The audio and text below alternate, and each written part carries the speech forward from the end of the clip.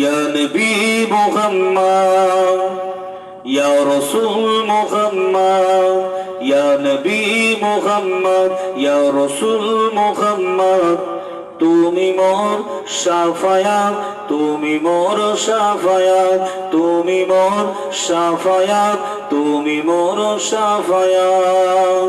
ইয়া নবী মুহাম্মদ, ইয়া রাসূল মুহাম্মদ, তুমি মোর শাফায়াত, তুমি মোর শাফায়াত, তুমি মোর শাফায়াত, তুমি মোর শাফায়াত।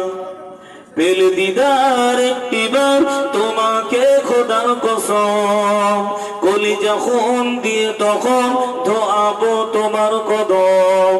পেল দিদার একটিবার তোমাকে খোদার কসম, কলিজা খুন দিয়ে তখন ধোয়াবো তোমার কদম। ইয়া নবী মুহাম্মদ, ইয়া রাসূল মুহাম্মদ, তুমি মোর শাফায়াত, তুমি মোর শাফায়াত, তুমি মোর শাফায়াত, তুমি মোর শাফায়াত। আল্লাহুম্মা সাল্লি আলা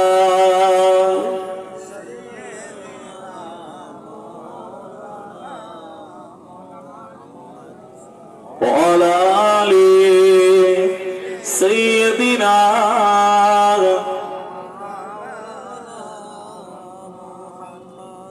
আমার পিয়ারা ভাইরা, জওয়ানেরা, যুবকেরা, মুরব্বিয়ান গণেরা, যে কথা আমি বলতে চাচ্ছিলাম, সময় তো অল্প সময়, আপনাদের খেদমতে আছি, বিদায় নেব। তো বাবাজি ভাইয়েরা, এই দুনিয়ার জমিনে আল্লাহ পাক রব্বুল আলামিন তোমাকে আমাকে বড় ভালোবেসে প্যার করে মোহাব্বত করে আল্লাহ দুনিয়াতে পাঠিয়েছে। লাকাদ খলাকনাল ইনসানা ফি আহসানি তাকবীর। আল্লাহ বলছে, বান্দা তোমাদের সুন্দর রূপ, সুন্দর আকৃতি, সুন্দর গঠন করে আমি আল্লাহ পাক এই দুনিয়ার জমিনে প্রেরণ করেছি, পাঠিয়েছি। বান্দা বান্দা এই দুনিয়ার জমিন থেকে আবার তোমাদেরকে ফিরে যেতে হবে, চলে যেতে হবে। বান্দা দুনিয়ার জমিনে যে হালাতে থাকো না কেন, আজরাইল আসবে, তোমাদের জানটা কবজ করে নিয়ে চলে যাবে। নিজের সম্মান, নিজের ইজ্জত দুনিয়ার জমিনে বজায় রাখো। আল্লাহ যাকে যেমন সম্মান দিয়েছে সেই সম্মান ইজ্জত ধরে রাখার দায়িত্ব আমাদের সবার। ঠিক না ভুল? জোরে বলে। আমি যে কথা এতক্ষণ ধরে আপনাদের বোঝাতে চাই, যে কথা আমি আপনাদেরকে বোঝাতে চাচ্ছিলাম, সেটা হলো এটাই যে আল্লাহ পাক রব্বুল আলামিন এই দুনিয়ার জমিনে আমাকে আপনাকে সম্মান দিয়েছেন, ইজ্জত দিয়েছেন। জি, এই সম্মান ইজ্জতটা ধরে রাখতে হবে। কথা ঠিক না ভুল? জোরে বলেন। কিন্তু আমরা নিজেরা সম্মানটা হারাচ্ছি। তামাম উম্মতে মুহাম্মাদীকে আল্লাহ সম্মান ইজ্জত দিয়েছে, এই সম্মানটা ধরে রাখতে হবে। তাই আমি হাত জোড় করে আপনাদের কাছে আমি শেষ বেলায় বলে যাচ্ছি, খবরদার, দুনিয়ার জমিনে যা খুশিটা করতে পারো করা কিন্তু চলবে না। ভালো ছাড়া মন্দ করলে পরিস্থিতি কাউকে ছাড়বে না। দুনিয়ার জমিনে ওই ব্যক্তি হলো চালাক, চতুর, বুদ্ধিমান, যিনি দুনিয়াতে আসলো, দুনিয়াদারি করলো, দুনিয়াদারি করার সাথে সাথে আখিরাতের পুঁজিটা সঞ্চয় করে নিয়ে কবরে গেল।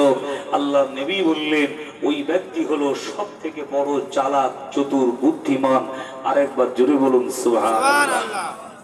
বান্দা দুনিয়ার জমিনে পাকে থাকো না পাকে থাকো, দুনিয়ার জমিনে শুয়ে থাকো আর বসে থাকো, দুনিয়ার জমিনে বান্দা যে হালাতে থাকো না কেন, আজরাইল আলাইহিস সালাম আসবে, জানটা কবজ করে নিয়ে চলে যাবে। ও নওজোয়ান তরুণেরা, আপনি বলবেন মওতের ভয়ে আলিপাড়া গ্রাম ছেড়ে পালিয়ে যাব। কোথায় যাবেন? কোন জায়গাতে যাবেন? কোন দেশে যাবেন? কোন কান্ট্রিতে যাবেন? না হুজুর, পাসপোর্ট আছে, ভিসা করে নিয়ে চলে যাব। আমার আল্লাহ পাক জানিয়ে দিলেন, আইনামা তাকুনু ইদরিকুমুল মাউত ওয়ালাউ কুনতুম ফি বুরুজিম মুসাইয়াদা। এ আমার বান্দা বান্দিরা, মৃত্যুর ভয়ে কোথায় পালিয়ে যাবে? যাওয়ার মতো তোমাদের রাস্তা নাই। বান্দা যে জায়গায় যাবে আজরাইল ওই জায়গায় পৌঁছে গিয়ে তোমাদের জানটা কব্জ করে নেবে। বান্দা গভীর সমুদ্রের তলদেশে গিয়ে লোহা সিন্ধুক বানিয়ে বসবাস করবে। আজরাইল আলাইহিস সালাম ওই জায়গায় পৌঁছে গিয়ে তোমাদের জানটা কব্জ করে নেবে। একটু জোরে বলবেন না? আরো জোরে হবে না? কোথায় পালাবে? পালানোর উপায় আছে বাপ? কথা বলেন না। এই বিগত কয়েকদিন ধরে বাপ আমাদের কোথায় বলেন তো? এই দক্ষিণ 24 পরগনা। কোথায়? দক্ষিণ 24 পরগনা। কি নাম? সন্দেশখালী। যাকে সিবিআই খুঁজে পাচ্ছে না, ইডিও খুঁজে ধরতে পারছে না, প্রশাসন বলছে জানি না। ঠিক না ভুল? জোরে বলেন। এখন যদি মওতের ঘন্টা বেজে যায়, আজরাইল খুঁজে পাবে কি পাবে না? কথা বলেন আপনারা। পাবে? সত্যি পাবে? বলছে বেতাজ বাদশা তাকে খুঁজে পাওয়া যাচ্ছে না। এখন আজরাইল ধরতে পারবে কি পারবে না? আয়াতের আগে শুনিয়ে দিয়েছি, বান্দা কোথায় যাবে, কোথায় লুকাবে, কোথায় পালিয়ে যাবে? যাওয়ার মতো তোমাদের রাস্তা নাই। যেখানেই যাবে আজরাইল মালাকুল মউত সেই জায়গায় পৌঁছে যাবে। ইযা জাআ আজালুহুম লা ইস্তাখিরুনা সাআতাম ওয়া লা ইস্তাকদিমুন। বান্দা তোমাদের জন্য সময়টা, টাইমটা, জায়গাটা, প্লেসটা আমি আল্লাহ নির্ধারণ করে রেখেছি। একটা সেকেন্ড, একটা মিনিট, একটা ঘন্টা আগে হবে না, পরে হবে না। যত সময়, যত টাইমে বান্দা তোমাদের মওত হবে, মৃত্যু হবে। দুনিয়ার সবকিছু হলো ধোঁকা, মওতটা হলো হক, মওতটা হলো সত্য। জোরে বলুন সুবহানাল্লাহ। আরো জোরে বলুন, আরেকটু মন খুলে বলুন। ভাইয়ের আমার, বিদায় নিচ্ছি আপনাদের খেদমত থেকে। সবাই আমার জন্য দোয়া করবেন, আমিও আপনাদের জন্য দোয়া করব। তবে আল্লাহ আমাকে আপনাকে যে হালাতে, যে পজিশনে রেখেছেন, ওই হালাতের উপরে শুকরিয়া আদায় করবেন। আল্লাহ বলছেন লাইন শাকারতুম লাযিদান্নাকুম ওয়া লাইন কাফারতুম ইন্না আযাবি লাশাদীদ। আমার বান্দা বান্দীরা, যখন তোমরা আমি আল্লাহ আমার নিয়ামতের শুকরিয়া আদায় করবে, আমি আল্লাহ তোমাদের নিয়ামত আরো বাড়িয়ে দেব। জোরে বলুন, আরেকটু মন খুলে বলুন, একসঙ্গে বলুন, নারে তাকবীর। যখন তোমরা নিয়ামতের নাশুকরিয়া করবে, আযাবুন শাদীদ, কঠিন থেকে কঠিনতম আযাব আমি আল্লাহ তখন তোমাদের উপরে ফেলব। কথা বুঝতে পেরেছেন বাবাজি, ভাইয়েরা, আমার জওয়ানেরা, যুবকেরা? আল্লাহ মুসলমান করে মুসলমান ঘরে পাঠিয়েছে, শুকরিয়া আদায় করুন। আল্লাহ মুসলমান করে মুসলমান ঘরে পাঠিয়েছে, না চাওয়ায়, না বলাতে আখেরি জামানার নবীর উম্মত করে আল্লাহ দুনিয়াতে পাঠিয়েছে। জি হ্যাঁ, আলহামদুলিল্লাহ। দুনিয়ার জমিনে তখনই মাথা উঁচু করে বসতে পারবো যেদিন সুদটা বর্জন করব, মিথ্যাটা ত্যাগ করব, পরচর্চা, পরনিন্দা, গীবত থেকে দূরে থাকবো, জেনা ব্যভিচার থেকে দূরে থাকবো। যেদিন আমি আপনি আব্বা আম্মাকে সম্মান করব, ইজ্জত করব, তাজিম করব। আল্লাহর কোরআন বলছে ওয়াসাইনাল ইনসানা বিওয়ালিদাইহি ইহসানা। তোমরা তোমাদের পিতামাতার সঙ্গে সৎ ব্যবহার করো, উত্তম ব্যবহার করো। তোমরা তোমাদের পিতামাতার সঙ্গে এমন ব্যবহার করো না, এমন আচরণ করো না, তোমাদের আচার আচরণের ব্যবহারে তোমাদের আব্বা মা কষ্ট পায়, দুঃখ পায়। আজকের আমাদের আব্বা মা গুলো কেমন আছে আমরা জানি। বলে বড় ভাই দেখেনি, আমি কেন দেখবো? পালা সিস্টেম, ঠিক না ভুল? জোরে বলেন। ছেলের যদি মন মানসিকতা আছে কিন্তু বিবির নাই, বলে তোমার ভাগে আছে, তুমি ডাক্তার দেখাবে। বড় ভাই যদি দেখাতে চায়, বলে কেন তুমি দেখাবে? কেন? যার ভাগে আছে সে দেখাবে। ঠিক বলছি না ভুল বলছি?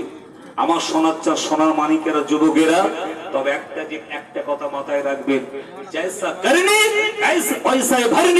যেমন করবেন তেমন তোমার ফল পেতে হবে।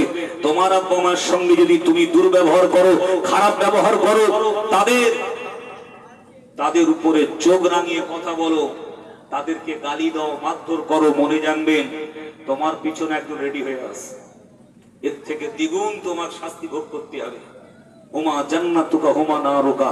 তোমাদের আব্বা, তোমাদের মা তোমাদের জন্য জান্নাত, আবার তোমাদের আব্বা মা তোমাদের জন্য কি? সবে বরাতের নামাজ পড়তে যাবেন তো সবাই? যাওয়ার আগে যদি কারো আব্বা মার সাথে মনোমালিন্য থাকে, যদি মনে করেন যে লজ্জা লাগবে, ঘরের ভেতরে আব্বার হাতটা ধরে বলো আব্বা মাফ করে দিও, যা ভুল করেছে। মায়ের কাছেও মাফ চাইবে, ঠিক না ভুল? যে মা 10 মাস 10 দিন গর্ভে ধারণ করেছিল সেই মা আজকে দুনিয়ার জমিনে নাই। অনেকের নাই, অনেকের আছে। আব্বা মা আমাদের বড় নিয়ামত, যে আব্বা মায়ের মুখের দিকে তাকালে রসুল বলছে কবুলিয়াত হজের সওয়াব আল্লাহ দান করবে। একটু জোরে বলে, আর একটু জোরে বলে। আসেন আমরা সকলে একটু দাঁড়িয়ে যাই, নবী পাকের শানে একটু সালাত ও সালামের নজরানা পেশ করি। সকলে দাঁড়িয়ে যান, যে যেখানে আছেন সকলে চলে আসেন। এ নবী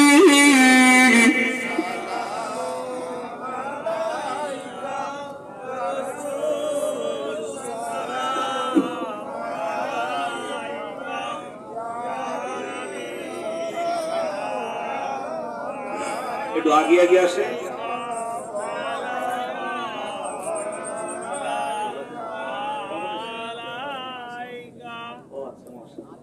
আমার ভাই এসেছেন আপনাদের খেদমতে, জনাব হযরত মাওলানা আব্দুল মুনাইম সাহেব, ভাঙড়ে বাড়ি। খুব সুন্দর আয়োজন, সুন্দর বক্তা, মাশাআল্লাহ। নতুন মুখ আপনাদের খেদমতে এসেছেন, ওয়াজ নসিহত করবেন। যে যেখানে আছেন সকলে পাক মাহফিলে চলে আসেন। আমি সালাম পড়ার জন্য ভাইয়ের হাতে মাইক্রোফোনটা দিয়ে দিচ্ছি। ভাই সালাম পাঠ করবে, যখন বসতে বলবেন তখন সকলে বসবেন। এ নবী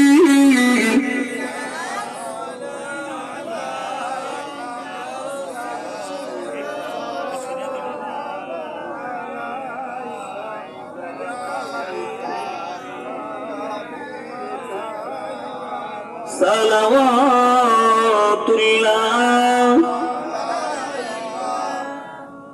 তুমি যে মদিনার ধামে, মোরা যে আলিপাড়ার জমিনে, কি দিয়া তুসি ইবনবী, তার তরে সালামের নজরানা ভেজি। সালাম ইয়া রাসূল, সালাম ইয়া হাবিব, সালাম।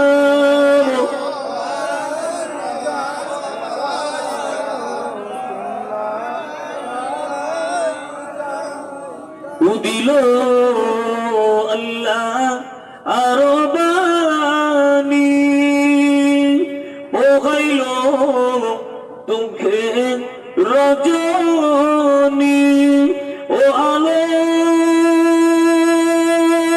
জগৎ নূরানী, মা আমিনা নয়নের মণি,